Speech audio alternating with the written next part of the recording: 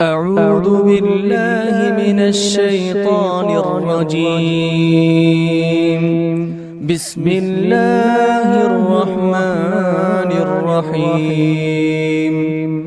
إن الحمد لله نحمده ونستعينه ونستغفره ونعوذ بالله من شرور أنفسنا ومن سيئات أعمالنا. من يهده الله فلا مضل له ومن يضلل فلا هادي له، وأشهد أن لا إله إلا الله وحده لا شريك له، وأشهد أن محمدًا عبده ورسوله. يا أيها الذين آمنوا اتقوا الله حق تقاته ولا تموتن إلا وأنتم مسلمون. يا أيها الناس اتقوا ربكم الذي خلقكم من نفس واحدة وخلق منها زوجها وبث منهما رجالا كثيرا ونساء، واتقوا الله الذي تساءلون به والأرحام إن الله كان عليكم رقيبا. يا أيها الذين آمنوا اتقوا الله وقولوا قولا سديدا يصلح لكم أعمالكم ويغفر لكم ذنوبكم، ومن يطع الله ورسوله فقد فاز فوزا عظيما. أما بعد، فإن خير الحديث كتاب الله، وخير الهدي هدي محمد صلى الله عليه وسلم، وشر الأمور محدثاتها، وكل محدثة بدعة، وكل بدعة ضلالة، وكل ضلالة في النار. فأعوذ بالله السميع العليم من الشيطان الرجيم. بسم الله الرحمن الرحيم. ألف لام ميم. أحسب الناس أن يتركوا أن يقولوا آمنا وهم لا يفتنون. وقال جل شانه: ولولا دفع الله الناس بعضهم ببعض لفسدت في الأرض ولكن الله ذو فضل على العالمين.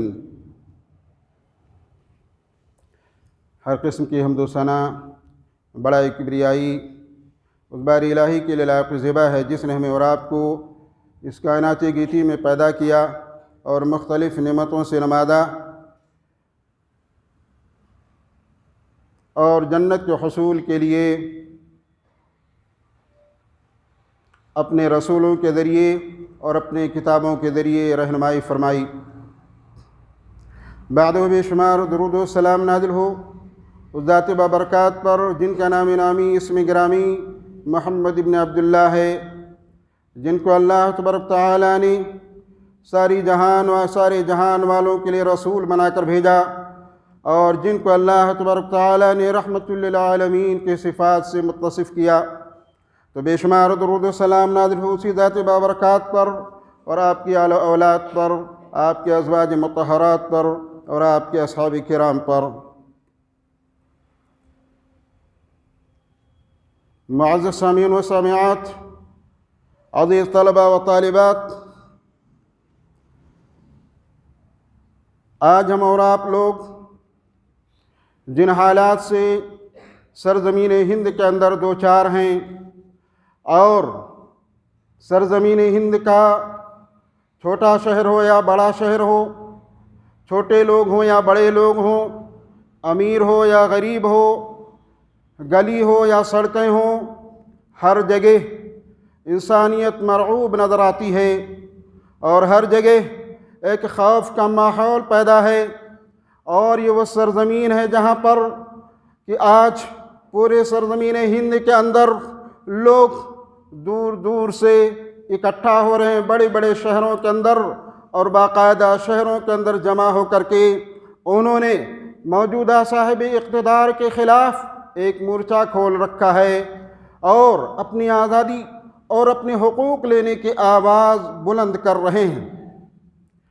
ایسے وقت میں ہمیں اور آپ کو غور کرنا ہوگا کہ کون سے اسباب تھے جن کی وجہ سے حالات یہاں تک پہنچے، اور جن کی وجہ سے یہ کارروائیاں ہو رہی ہیں، اور شہر شہر یہ مظاہرات ہو رہے ہیں، اور گلی گلی یہ جلوس نکالے جا رہے ہیں، پر احتجاج مظاہرہ کیا جا رہا ہے۔ آخر کیوں کیا جا رہا ہے؟ آج میں انہی چیزوں کی تشریح کے لیے، وضاحت کے لیے اپنے انداز میں وضاحت کرنے کے لیے آیا ہوں، ورنہ کوئی نئی بات میرے پاس نہیں۔ روزانہ اخبارات، روزانہ سوشل میڈیا ان چیزوں سے بھری پڑی ہے اور لوگ اپنے اپنے طریقے سے اس سے آگاہ کرتے رہتے ہیں۔ میری مراد NRC اور CAA اور NPR، یہ تینوں ایسی چیزیں ہیں جنہوں نے غیور لوگوں اور سیکولر ذہن کے لوگوں کو جھنجھوڑ کر رکھ دیا ہے، ان کی نگاہوں کو، ان کی نیندوں کو اچک لیا ہے، اور انہوں نے اس کے خطرات کو بھانپ لیا ہے کہ مستقبل میں، آج نہیں، کل نہیں، لیکن مستقبل میں ہندوستان کا منظر بدلا ہوگا۔ اگر اس قانون کو یہیں پر روکا نہیں گیا، اگر اس قانون کو یہیں پر پابند سلاسل نہیں کیا گیا، تو یقین جانیے ہندوستان کا ماحول 50 سال کے بعد، 70 سال کے بعد بالکل بدلا ہوگا۔ اس لیے اس ملک کے سیکولر ہندوستانی بھائیوں نے، مسلمانوں نے، ہندوؤں نے، سکھوں نے، دلتوں نے اور تمام برادران وطن جن کے اندر دھرتی کے لیے غیرت ہے، جن کے لیے زمین کے لیے حمیت ہے، جن کے دلوں کے اندر اپنے باپ دادا کی قربانیوں کا احساس اور شعور ہے کہ کتنی قربانیوں کے بعد انہوں نے اس سرزمین ہند کو انگریزوں کے ظلم و استبداد سے آزاد کرایا تھا، انہوں نے کتنی پریشانیاں دے کر اور کتنی جانوں کا نذرانہ دے کر اور کتنے ماں باپ کی بہنوں، کتنے ماں اور بہنوں کی عزتوں کو لٹانے کے بعد میں ان آزادیوں تک پہنچے تھے، مگر انہیں نظر آنے لگا ہے کہ ان کی آزادی اب چھننے والی ہے، اس لیے ان لوگوں نے اس کے خلاف آواز اٹھائی۔ اس لیے ہمارا ماحول بگڑا ہوا لگتا ہے۔ آج دہلی کی سرزمین ہند کا کیپٹل سٹی دہلی، جہاں سے سب سے پہلے اس کے خلاف آواز اٹھی تھی جامعہ ملیہ کے طلباء، اور اسی طریقے سے مسلم علی گڑھ جامعہ علی گڑھ کے طلباء، اور اسی طریقے سے JNU کے طلباء قابل مبارکباد ہیں، جنہوں نے علم حاصل کرنے کے ساتھ ساتھ میں قانون کو پڑھا، جنہوں نے علم حاصل کرنے کے ساتھ ساتھ میں سماجیات کے اندر قدم رکھا، جنہوں نے علم حاصل کرنے کے ساتھ ساتھ میں اپنے دماغ کو اپنے ساتھ میں کام لایا اور سمجھ گئے کہ یہ قانون جو بن رہا ہے، یہ قانون ہم سے تعلیم بھی چھین لے گا، یہ قانون ہم سے ہمارے وطن کو بھی چھین لے گا، یہ قانون ہمیں غلامی کی زنجیروں میں ڈال دے گا، یہ قانون ہمیں نہ جانے کن کن خطرات سے پھر گزرنا ہوگا۔ اس لیے ان سب لوگوں نے آواز اٹھائی۔ آج دہلی کے اندر شاہین باغ کا جو ماحول ہے، وہاں پر جو کیمپ لگا ہوا ہے، جو مظاہرات، جس سے برسر اقتدار لوگ بھی خوف زدہ ہیں، خائف ہیں، مگر برسر اقتدار تو ایسی گونگی، بہری اور ایسی اندھے لوگوں کی ہو چکی ہے جن کو انسانیت نظر نہیں آتی، جس کو سسکتی ہوئی دنیا نظر نہیں آتی، جن کو ماں اور بہنوں کے آنسو نظر نہیں آتے، جن کو تڑپتے ہوئے لاشیں نظر نہیں آتے، اس لیے وہ بالکل سم بکم عمیٌ کی جیسی شخصیت بن چکے ہیں۔ مگر میرے بھائی اور ساتھیوں، آئیے آج ہم نے اخبارات میں پڑھا ہوگا، اور آپ سب لوگ جانتے ہیں اخبارات کے ذریعے، ٹیلی ویژنوں کے ذریعے، مگر ٹیلی ویژن تو بہت کم ہی آتے ہیں، سوشل میڈیا کے ذریعے، موبائلوں کے ذریعے، نیٹ کے ذریعے سے اور اخبارات کے ذریعے سے آپ نے دیکھا ہوگا وکیل بھی اس کے خلاف اٹھ کھڑے ہوئے ہیں، وکلا کی پوری فوج نکل چکی ہے، اور اسی طریقے سے ریٹائرڈ ججوں کے ایک اچھی خاصی تعداد نکل چکی ہے، اور اسی طریقے سے کتنے ایسے لوگ ہیں، ابھی کل کی خبر تھی کہ BJP میں رہنے والے بھی بہت سارے لوگ اپنی پارٹی کو دستبردار ہو رہے ہیں، دستبرداری لے رہے ہیں، اور نہ جانے کیا کیا چیزیں۔ میرے بھائیو، یہ حالات کیوں آئے؟ یہ NRC سے ڈر کیوں اتنا زیادہ ہے، یا NPR سے ڈر کیوں زیادہ ہے، یا CAA سے اتنا ڈر مسلمانوں کو کیوں ہے؟ میں بتاؤں میں قانون کا ماہر تو نہیں ہوں، مگر قانون والوں کی باتوں کو پڑھنے والا ہوں، اور انہی کے ذریعے سے چند باتیں آپ لوگوں تک پہنچانا چاہتا ہوں تاکہ آپ بھی باشعور رہیں، آپ ہوشمندی کے ساتھ میں اس سرزمین ہند کے رہیں۔ میرا مقصد ان باتوں کو سنانے کا آپ کے اندر ڈر پیدا کرنا نہیں، لیکن میرا مقصد کہ آپ اپنے اندر بیداری پیدا کریں۔ آج پڑھے لکھے لوگ بیدار ہیں، عوام کی بھی ضرورت ہے، عوام کو بھی کی تائید کی بھی ضرورت ہے، اور انہیں بھی ضرورت ہے کہ اپنے قدم کو بڑھائیں اور کندھے سے کندھا ملا کر کے اس ہندوستان کی کنسٹیٹیوشن کو اور دستور ہند کو بچانے کی کوشش کریں۔ میرے بھائی اور ساتھیوں، CAA اس کا مطلب کیا ہوتا ہے؟ Citizenship amendment act. NRC national register citizenship, NPR national population register. میرے بھائی اور ساتھیوں، ان کے خطرات کیا ہوتے ہیں؟ آئیے میں بتاؤں۔ کچھ ماہرین کی باتوں کے ذریعے سے میں نے ان چیزوں کو نقل کیا ہے۔ انہوں نے بتایا کہ یہ بل جو کہ یہاں پر دستور کی حیثیت اختیار کر گیا ہے اور برسر اقتدار پارٹی نے اپنی بات کو منوا لیا ہے، اس کے خطرات یہ ہیں۔ پہلا خطرہ یہ ہے کہ یہ بل ہندوستان کے دستور کے دستور کے دفعہ نمبر 5، دفعہ نمبر 10، دفعہ نمبر 14 اور دفعہ نمبر 15 کے خلاف بنایا گیا ہے۔ یعنی وہ دستور جو آزادی کے بعد میں ماہرین قوانین کی ایک مکمل کمیٹی نے، اور جس کے سربراہ بابا امبیڈکر تھے، ان کی نگرانی میں، جنہوں نے 2 سال سے زائد عرصہ لگا کر کے جس قانون کو بنایا تھا، جن دفعات کو بنایا تھا، اور جس میں ہر مسلک و ملت کے لیے آزادی تھی، ہر مسلک و ملت کے لیے آزادی تھی کہ وہ اپنے دین پر عمل کر سکے، جس میں آزادی تھی کہ ہر غریب کا بچہ تعلیم حاصل کر سکے، جس میں آزادی تھی کہ ہر انسان اپنی آواز کو بلند کر سکتا ہے، جس میں آزادی تھی کہ ہر انسان اپنے حقوق کا مطالبہ کر سکتا ہے، ان دفعات کے اندر تبدیلی پیدا کی گئی ہے، ان دفعات کے اندر تبدیلیاں پیدا کی گئی ہیں جو کسی بھی غیرت مند سیکولر ہندوستانی کے لیے زیب نہیں دیتا کہ اسے قبول کر لے۔ دوسری خرابی، اس بل کے اندر مذہب کی بنیاد بنا کر تفریق پیدا کرنے اور آپس میں نفرت پھیلانے کے لیے پلاننگ کی گئی ہے، اور اس کے ذریعے سے ان دیش واسیوں کے درمیان میں لڑنے اور لڑانے کا ماحول پیدا کیا جا رہا ہے۔ اس بل کے خطرات میں سے یہ بھی ہے کہ یہ بل ہندوستان کو جمہوریت سے نکال کر کہاں پہ؟ غیر جمہوری اور ڈکٹیٹرشپ راج کی طرف لے جا رہا ہے۔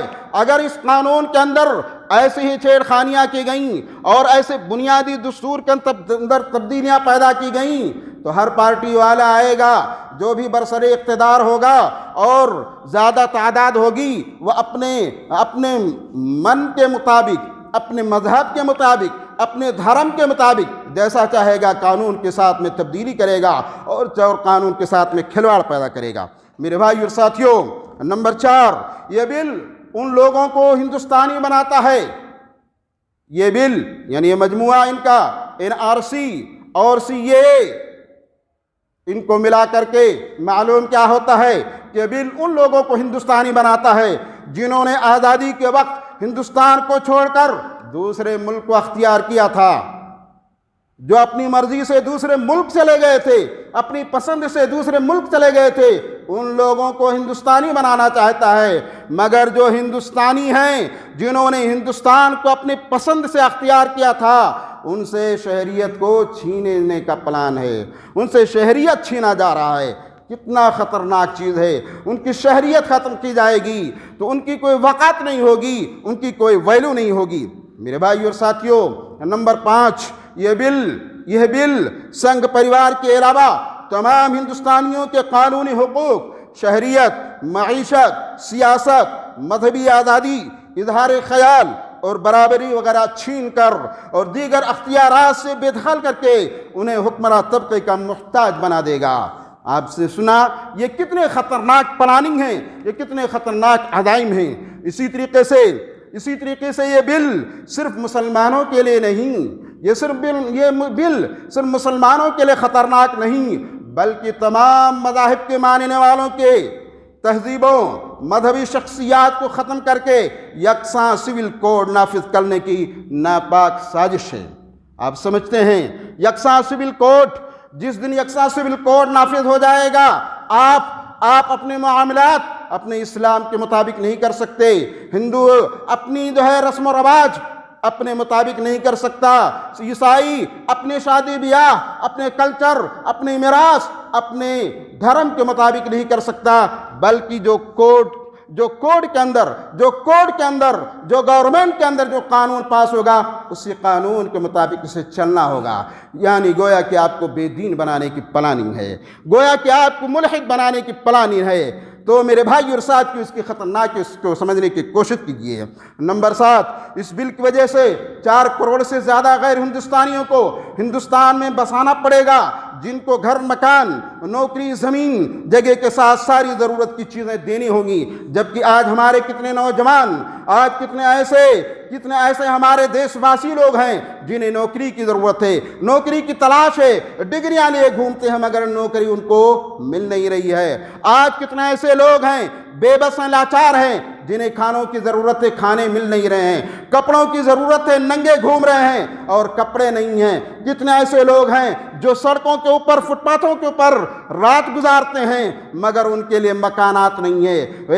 یہ برسر اقتدار لوگ دوسروں کی فکر کرتے ہیں مگر ان کے گھر کے اندر اور ان کے ملک کے اندر رہنے والے ان کو نظر نہیں آتے ہیں۔ اس کا مطلب یہ ہے کہ کچھ اور ہی پلاننگ ہے۔ اس کا مطلب یہ ہے کہ آپ کو نظر انداز کر کے دوسروں کو سامنے لانا، آپ کو بھول کر کے دوسروں کو حقوق دینے کا کہنا، یہ کتنی بڑی سازش ہو سکتی ہے، آپ خود اندازہ لگا سکتے ہیں۔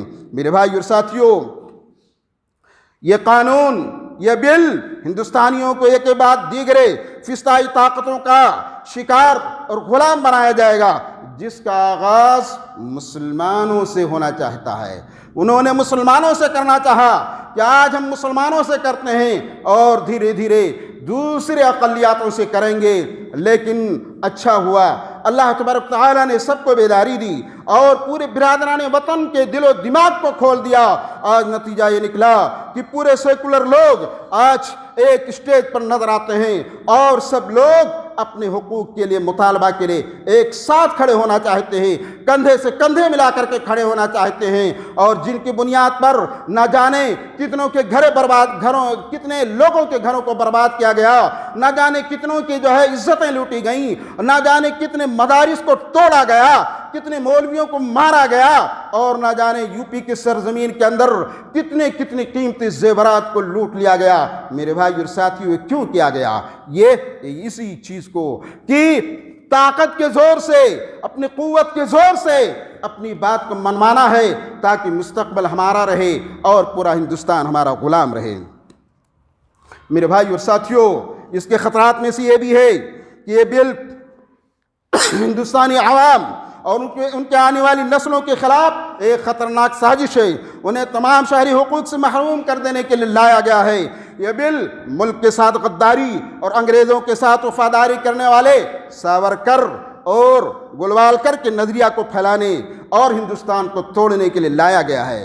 میرے بھائی اور ساتھیوں، جب یہ بل نافذ ہوگا، جب یہ قانون نافذ ہوگا تو کتنوں کا ایمان چلا جائے گا، کتنے ایسے ضعیف الایمان مسلمان ہوں گے جو شہریت حاصل کرنے کے لیے بددینی اختیار کر لیں گے، اپنے آپ کو ہندو ثابت کر دیں گے اور شہریت حاصل کرنے کی کوشش کریں گے۔ میرے بھائی اور ساتھیوں، رشوت خوری اس وقت عام ہو جائے گی اور انسان کاغذات کے حصول کے لیے، اپنے کاغذات، اپنے ڈاکومنٹس تیار کرنے کے لیے نہ جانے کتنے آفسوں کا اسے چکر لگانا پڑے گا، نہ جانے کتنی لائنوں میں کھڑا ہونا پڑے گا۔ جس طریقے سے نوٹ بندی کے لیے اسے لائنیں لگانی پڑیں اس طریقے سے اپنے کاغذات کو صحیح کروانے کے لیے اسے لائنیں لگانی پڑیں گی اور در در کی ٹھوکریں کھانی پڑیں گی۔ میرے سامنے آسام کا معاملہ بالکل واضح، صاف اور کلیئر ہے۔ سب جانتے ہیں کہ کس طریقے سے وہاں پر لوگوں کو چکریں کاٹنی پڑیں، کتنی ٹھوکریں کھانی پڑیں، اور کاغذات صحیح ہونے کے باوجود کتنے ایسے لوگ ہیں جن کو بے دخل کر دیا گیا، کیونکہ ایک قانون ان کے پاس پاور ہے کہ جو اس وقت وہاں پر جو اس وقت اس کا انچارج ہوگا اس کے پاس پاور ہے کہ جس طریقے سے چاہے اس میں تصرف کرے۔ اس لیے میرے بھائی اور ساتھیوں، ابھی سے آپ آگاہ ہو جائیے۔ معمولی اسپیلنگ کی وجہ سے آسام کے اندر جب NRC کو لاگو کیا گیا، معمولی اسپیلنگ کی غلطی پر ان کے جائیداد، گھر، مکانات ضبط کر لیے گئے اور انہیں ڈیٹینشن سینٹر کے اندر بھیج دیا گیا۔ اور اگر یہ پورے ہندوستان کے اندر نافذ ہو جاتا ہے تو نتیجہ سارے ہندوستانیوں کو بھگتنا پڑے گا اور اس راستے سے گزرنا ہوگا۔ میرے بھائی اور ساتھیوں، یہ قانون ایسا ہے، اس کی خطرناکی اتنی عظیم ہے کہ اس میں عام جنتا پریشان ہوگی، اور نہ جانے کتنے لوگ خودکشی کر لیں گے، اور نہ جانے کتنے لوگ اپنے خاندان اور قبیلے والوں سے دور بھاگیں گے، اور نفسی کا عالم ہوگا۔ پتہ چلا بیٹا ڈیٹینشن سینٹر میں ہے اور باپ کہیں دوسری جگہ بھاگا پھر رہا ہے اپنی جان کو بچانے کے لیے۔ اس لیے میرے بھائی اور ساتھیوں، اور خاص طور سے ہمارے برادران وطن، کچھ لوگوں کے ذہن و دماغ میں یہ ہوگا کہ انہوں نے اس بات کا اعلان کر دیا ہے کہ ہندوؤں کو نکال لیا جائے گا اس قانون سے، ان کو NRC دے دی جائے گی، سٹیزن شپ دے دیا جائے گا ان کو۔ لیکن میں ان سے کہہ دینا چاہتا ہوں، اور غیور سیکولر ذہن رکھنے والے ہندو سمجھتے ہیں، ان کے جال میں نہیں پھنس رہے ہیں، وہ سمجھتے ہیں کیا خطرہ اس سے ہو سکتا ہے۔ اس سے خطرہ یہ ہوگا میرے بھائی اور ساتھیوں، میرے ہندوستانی بھائیوں، برادران وطن، اس کا خطرہ یہ ہوگا اگر آپ اپنی سٹیزن شپ، اگر آپ اپنی شہریت ثابت نہیں کر سکے تو آپ کو سب سے پہلے آپ کی شہریت چھین لی جائے گی، آپ کی نوکری ختم کر دی جائے گی، اس کے بعد پھر کہیں 2 سال 4 سال کے بعد پھر سے آپ کو شہریت دی جائے گی، تو پھر شہریت آپ اصلی باشندہ ہونے کے باوجود 2 نمبر کے شہری ٹھہریں گے۔ جب 2 نمبر کے شہری ہو جائیں گے تو آپ کا معاملہ 2 نمبر لوگوں کی طرح ہوگا۔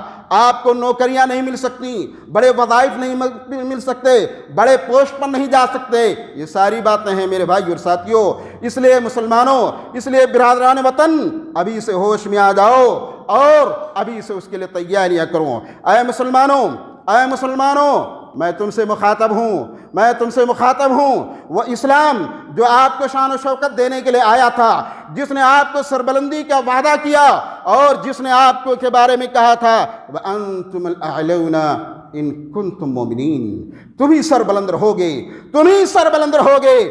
شرط یہ ہے کہ تم مومن بن جاؤ، شرط یہ ہے کہ تمہارے اندر ایمان کامل آ جائے۔ 313 کی تعداد تھی، مشرکین مکہ آئے تھے محمد الرسول اللہ کے ساتھیوں کو مٹانے والے، لیکن اللہ نے فرشتوں کو بھیجا تھا ان کی مدد و تائید کے لیے۔ غزوہ احزاب کے موقع پر، یا جسے غزوہ خندق کہا جاتا ہے، غزوہ خندق کے اندر پورے سرزمین عرب سے مل کر کے کئی ہزار فوجیں نے مدینہ کا گھیراؤ کر لیا، مدینہ کا محاصرہ کر لیا، اور کئی دنوں تک وہ مدینہ سے نکلنے کا نام نہیں لے رہے تھے، مگر اللہ تبارک تعالیٰ نے اپنی آدھیاں بھیجیں، اللہ تبارک تعالیٰ نے مسلمانوں کی مدد کی، اور رب ذوالجلال کی مدد و تائید آئی، اور خود وہ اپنے آپ علاقے چھوڑ کر کے بھاگ گئے، اور مسلمانوں کو لڑائیاں نہیں کرنی پڑیں۔ تو اے میرے بھائیو ساتھیو، آپ اسی قوم سے نسبت رکھنے والے ہیں۔ آپ کے پاس میں تو شریعت ہے، آپ کے پاس میں تو رب ذوالجلال کا قانون موجود ہے، آپ کے پاس تو رب ذوالجلال کے احکامات فرمودات موجود ہیں۔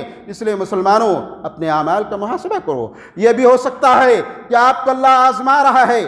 آج ہمارے ماحول، سماج و سوسائٹی کے اندر اگر ہم جائزہ لیتے ہیں، مسجدیں خالی نظر آتی ہیں، ایمان و عقیدے کی بات کیجئے تو بہت کم ہی لوگ موحد نظر آئیں گے، اور نہ جانے کتنے دروں کا چکر لگانے والے ملیں گے آپ کو۔ اس لیے اے مسلمانوں، اللہ تبارک تعالیٰ کے فرمان پر غور کرو۔ احسب الناس ان یترکوا ان یقولوا آمنا وہم لا یفتنون، صرف ایمان کہہ لینے سے، ایمان کا کلمہ پڑھ لینے سے انہیں مومن مان لیا جائے گا، انہیں آزمایا نہیں جائے گا۔ آپ کیا سمجھتے ہو سکتا ہے یہ آزمائش ہو آپ کے لیے، آپ کو آزمانے کے لیے اللہ نے اس مصیبت میں ڈالا ہے۔ لَنَبْلُوَنَّكُمْ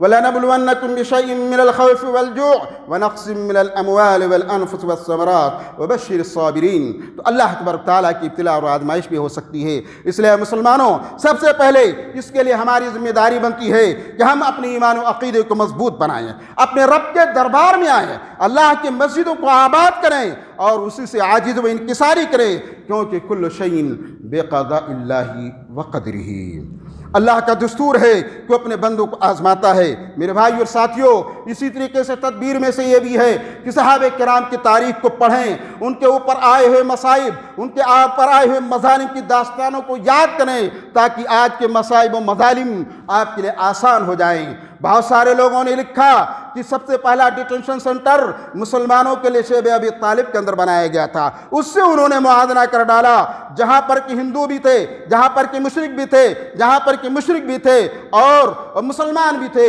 ابو طالب بھی تھے، نبی کے چچا بھی تھے، ان کے خاندان والے بھی تھے، جو مسلمان نہیں تھے انہوں نے بھی اس بائیکاٹ کی سختیاں جھیلی ہیں، انہوں نے بھی اس بائیکاٹ کی سختیوں کو اور پریشانیوں کو جھیلا ہے۔ تو اے مسلمانوں، اسی اللہ رب العالمین کی طرف رجوع کرو اور اپنے صحابہ کرام کی تاریخ کو یاد کرو۔ میرے بھائیو ساتھیوں، تیسری گزارش یہ ہے کہ آپ اپنی صفوں میں اتحاد پیدا کریں اور یہ فلانے مذہب کا، یہ فلانے مسلک کا، یہ فلانے مسلک کا، ان جھگڑوں کو اتار پھینکیے، ورنہ خدا را اس ہندوستان کے اندر آپ مسلک بچانے کی فکر کریں گے، آپ کے وجود ہی جو ہے معدوم ہو جانے کا ڈر لگتا ہے۔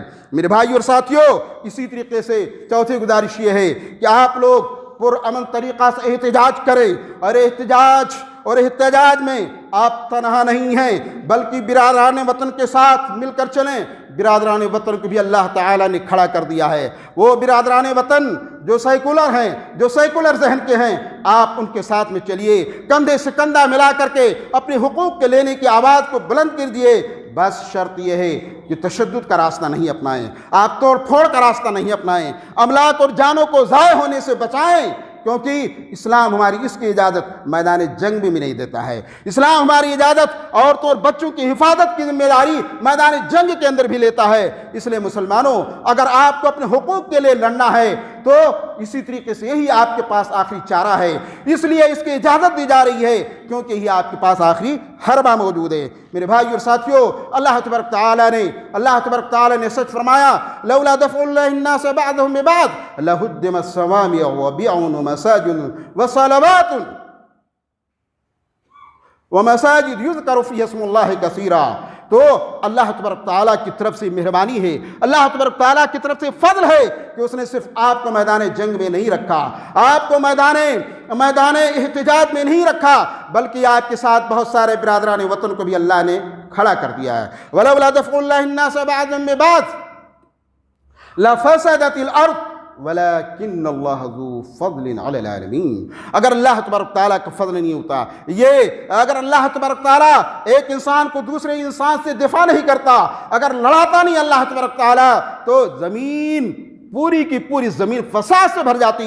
لیکن اللہ تو بڑا فضل کرنے والا ہے، تو اللہ رب العالمین کا فضل ہے آپ تمام لوگوں کے اوپر۔ اس لیے آپ سے میں کہوں گا کہ حق کی لڑائی ہے، ملک کے قانون بچانے کی لڑائی ہے، اس لیے عہد کر لو کہ ہمیں اپنے بوڑھے ماں باپ کے لیے لڑنا ہے، ہمیں اپنی بہنوں کی سلامتی کے لیے لڑنا ہے، ہمیں اپنے بچوں کے لیے لڑنا ہے، ہمیں اپنے ملک کے آئین کی سلامتی کے لیے لڑنا ہے، ہمیں اپنی اس مٹی کے لیے لڑنا ہے، ہمیں اپنے وجود کے لیے لڑنا ہے، کیونکہ خدا نے آج تک اس قوم کی حالت نہیں بدلی، نہ ہو جس کو خیال خود آپ اپنی حالت کے بدلنے کا۔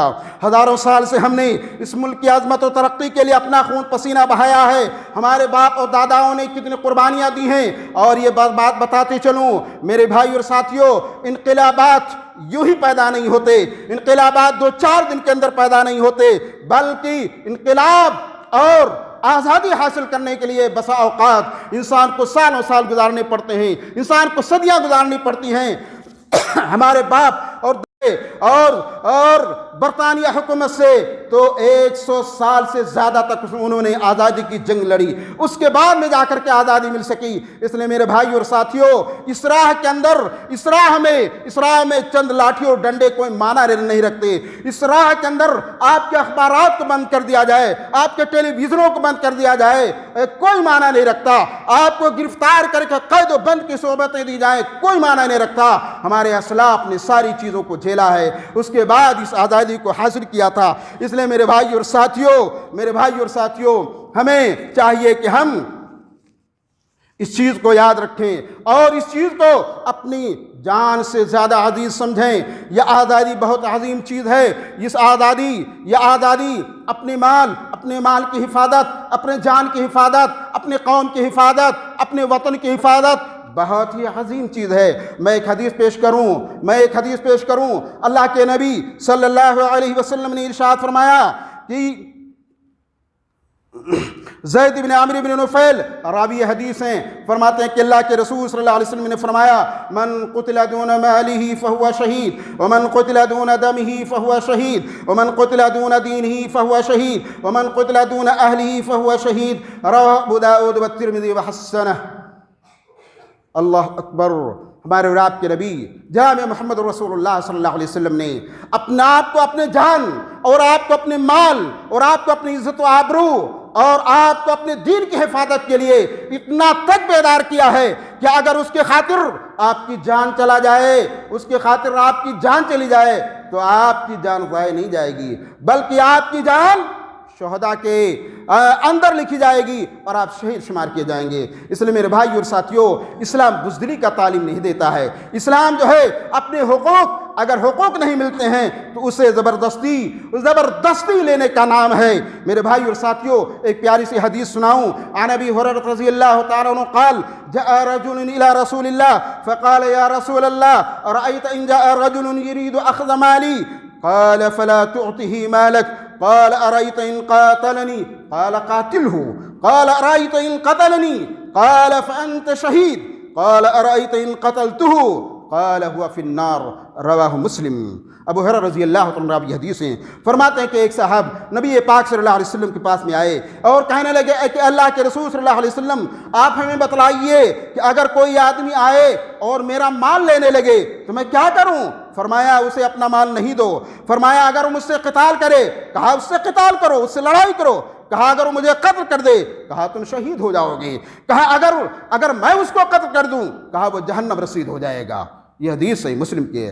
اے میرے بھائی اور ساتھیوں، آپ اپنے جان و مال کی عزت و آبرو کی حفاظت کے لیے اپنے بال بچوں کی خاطر آپ اپنی قربانیاں پیش کرنے سے دریغ مت کیجیے۔ اور آج جو مظاہرات ہو رہے ہیں، آج جو احتجاجات ہو رہے ہیں، یہ کسی بھی صورت میں بند نہیں ہونا چاہیے، بلکہ ان کی تائید کرنا چاہیے۔ اگر انسان اس میں بنفس نفیس حاضر ہو سکتا ہے تو حاضر ہونا چاہیے، اگر نہیں تو اپنے قلم اور کتابت کے ذریعے سے اگر حصہ لے سکتا ہے تو اس سے حصہ لینا چاہیے، اگر اس سے نہیں تو آدمی اگر اپنے زبان سے حصہ لے سکتا ہے تو زبان سے حصہ لینا چاہیے، اگر اس سے بھی نہیں تو انسان کو کم سے کم کی تعریف کرنا چاہیے۔ تو اے میرے بھائی اور ساتھیوں، اے میرے برادران وطن، آج وقت ہے کہ آپ اپنی قوت کو دکھائیں، اپنی شجاعت کو دکھائیں، اپنی طاقت کو دکھائیں اور باطل کے سامنے سر نگو نہ ہوں، سر نہ جھکائیں، ورنہ آج اگر جھکے تو پوری نسل آپ کی جھکتی رہے گی اور نہ جانے پھر کب بیداری آئے گی۔ اللہ رب العالمین سے دعا ہے کہ رب ذوالجلال تو ہم مسلمانوں کے اوپر، ہم تمام ہندوستانیوں کے اوپر کرم فرما۔ رب ذوالجلال ہماری مصیبتوں سے ہمیں نجات عنایت فرما۔ رب ذوالجلال ہماری پریشانیوں کو دور فرما دے۔ بارک اللہ لی ولکم فی القرآن العظیم ونفعنی وإیاکم بالآیات والذکر الحکیم انہ تعالی جواد کریم ملک بر رؤوف الرحیم۔